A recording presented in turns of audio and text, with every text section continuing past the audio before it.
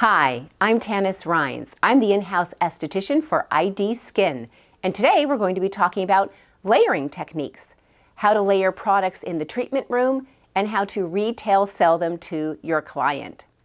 So the first question is, why layer? Wouldn't it be fantastic if we had one magic potion with all of our active ingredients that we could put on the skin and there would only be one step involved? Well, unfortunately, certain ingredients do not mix. We have ingredients that are water soluble, we have ones that are oil soluble, and those two components are not going to be able to mix together to make that one magic potion. When we're working with molecules that need to deeply penetrate the skin to get down to the dermal layer where they do their best work, it's best if they're water soluble. That way, these molecules can be suspended into a thin, quickly absorbing serum. On the other hand, other ingredients might need to sit up on top of the skin, and that's when they do best, when they're suspended in an oil-soluble product. Things like humectants or even minerals for sunblock that need to be layered on top, which can then lock in moisture. Working with combination skin is another opportunity for us to be able to use layering so that we can spot treat certain problems such as blemishes or hyperpigmentation before we layer on the finishing moisturizer or sunblock. So, how do we layer? What goes on first, second, and third? Well, let's remember skin is a barrier and it does a great job at keeping things out. So even when a product is perfectly formulated, only a small amount of the active ingredients will penetrate the skin even when they're properly applied. That's why it's so important to know which goes on first, second, and third. There are other things to consider, such as the charge, the electrical charge on the molecule. Is it positively charged or is it negatively charged? This is going to affect how much it can penetrate the skin. The size of the molecule. Molecules over a certain size will not be able to penetrate the skin barrier at all. And then we also have to keep in mind whether the molecule is hydrophilic, is it water-loving, or is it hydrophobic? Is it oil soluble? All of these things affect how much an active ingredient is going to be able to penetrate the skin, or if it's going to be able to penetrate the skin at all. An easy rule of thumb is to remember, apply thinnest to thickest, liquids to creams. A lot of our liquids contain water-soluble components such as antioxidants and acids that are going to quickly absorb into the skin and penetrate quite deeply. On the other hand, a lot of your thicker products, such as creams, have emollients, humectants, and even minerals for sunblock that are going to sit up on top of the skin to lock in moisture and to protect it from environmental stressors. Remember, we're going to be sticking to our basic rule of thumb, which is using the thinnest products to the thickest products. We're going to want to start with layering on our toner.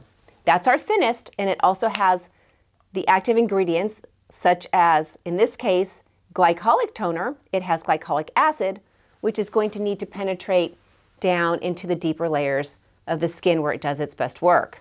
After the toner goes on, we're going to want to put our serums with our active ingredients. In this treatment, we're working with our anti-aging products. So the next product is going to be our Vita A Pro Serum. This has vitamin A derivatives in it. And again, very active ingredients that we want to penetrate down through the epidermis. Our vitamin A derivatives are going to help speed up exfoliation, which means your cells are going to replenish themselves more quickly. With this increased cell turnover rate, the client can experience a reduction in fine lines, wrinkles, and hyperpigmentation. Next, after the serum is on, we're going to apply the Ultra Peptide Eye Cream. Just like the name says, it's full of peptides, and these peptides are going to trick the skin into thinking that it's actually breaking down. And when the skin detects these fragments of proteins called peptides in the skin, it's going to go into repair mode. When it goes into repair mode, it increases the production of collagen and elastin. Remember to keep those eye creams low, just on the orbital rim, because the tissue in the eye is so thin, it's going to naturally pull up the eye cream all the way to the lash line as it absorbs. After the Ultra Peptide Eye Cream, we're going to layer on our Timeless Moisturizer.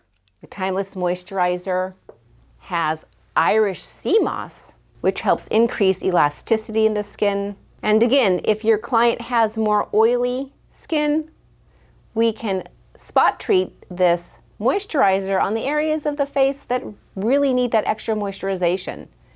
Perhaps we would skip the T-zone where more oil tends to be produced. An opportunity to layer in the treatment room is before the application of your mask. That way you can put on a serum with active ingredients that are going to penetrate deeply into the skin before layering on the mask on top. A great example to be used in an anti-aging treatment would be layering the Vita A Pro Serum, which has vitamin A derivatives, under the Revive mask, which also has retinol. So first,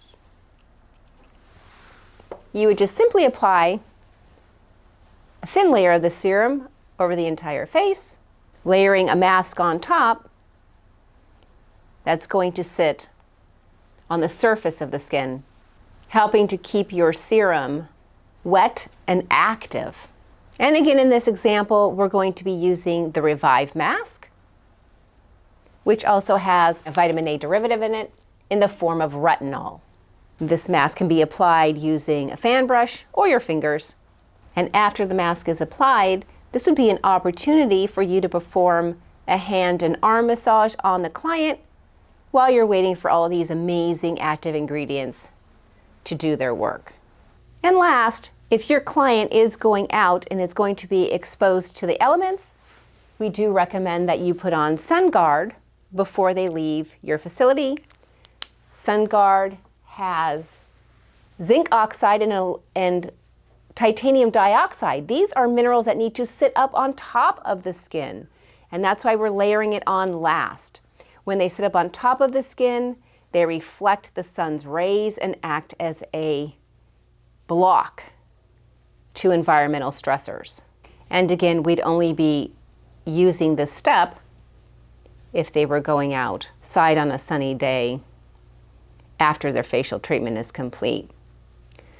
When layering the products on, it gives you the opportunity to explain to the client why you're layering and the order that you're putting them on, so that when they go home, they're able to understand how to layer in their own home and which products will go on first, second, and third.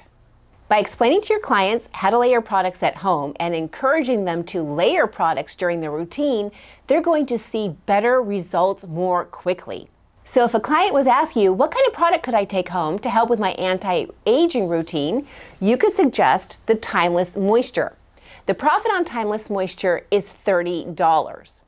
But if you were to recommend to them the entire regimen of the Glycolic Toner, the Vita A Pro Serum, the Ultra Peptide Eye Cream, the Timeless Moisture, and the SunGuard, then your profit turns into $114.75.